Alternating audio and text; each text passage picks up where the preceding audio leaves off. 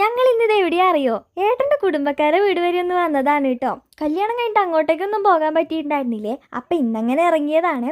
അതാണ് ചേച്ചീൻ്റെ വീട്ടിലേക്കായിരുന്നു കേട്ടോ ഞങ്ങൾ വന്നിട്ടുണ്ടായിരുന്നത്. അങ്ങനെ ഇത് അവിടെ എത്തി കുറച്ച് നേരം വർത്താനൊക്കെ പറഞ്ഞിരുന്നവിടെ നേരെ ഭക്ഷണം കഴിക്കുകയാണ്. എന്താ വെച്ചാൽ ഞങ്ങൾ എത്തിയപ്പോൾ ഇത്തിരി വൈകിപ്പോയായിരുന്നു, ഏകദേശം ഉച്ചയായിട്ടുണ്ടായിരുന്നു. അപ്പോൾ വേഗം ഭക്ഷണം കഴിച്ചു കേട്ടോ. പിന്നെ ഞങ്ങൾ ഈ മെനക്കിട്ട് പോകുന്നത് എങ്ങോട്ടേക്കെന്നറിയോ? താഴെ വയലിലേക്കാണ്. അവിടുത്തെ ചേട്ടൻ താഴെ കൃഷി ചെയ്യുകയാണ്. അപ്പോൾ അവിടെ നാട്ടിപ്പണി നടക്കുന്നുണ്ട് കേട്ടോ ഇന്ന്. അത് കാണാനുള്ള പോക്കാണ്. ഇതാണ് ഉണ്ണിച്ചേട്ടായി ആതിരേച്ചിയും ഏട്ടനും ഭാര്യയാണ് കേട്ടോ അത്. അങ്ങനെ പറഞ്ഞിട്ട് അമ്മേൻ്റെ ആങ്ങളേൻ്റെ മോനും ഭാര്യയാണ്. പിന്നെ ഇതവരുടെ ഇളയ മോനാണ്. മൂത്താളെ കൊണ്ടുവരാൻ പറ്റിയിട്ടുണ്ടായിരുന്നില്ല കേട്ടോ. ചേട്ടായി പിന്നെ ഞങ്ങളെക്കാൾ മുന്നേ അവിടെ എത്തിയിട്ടുണ്ടായിരുന്നേ. ഇത് പിന്നെ അവിടെ കാണാൻ നല്ല ഭംഗിയുണ്ടായിരുന്നു, ഞാൻ എടുത്തു വെച്ചതായിരുന്നു കേട്ടോ. പറിച്ച് നടാനുള്ളതാണ്. അങ്ങനെ അവിടെ പണി നടക്കുന്നുണ്ട്.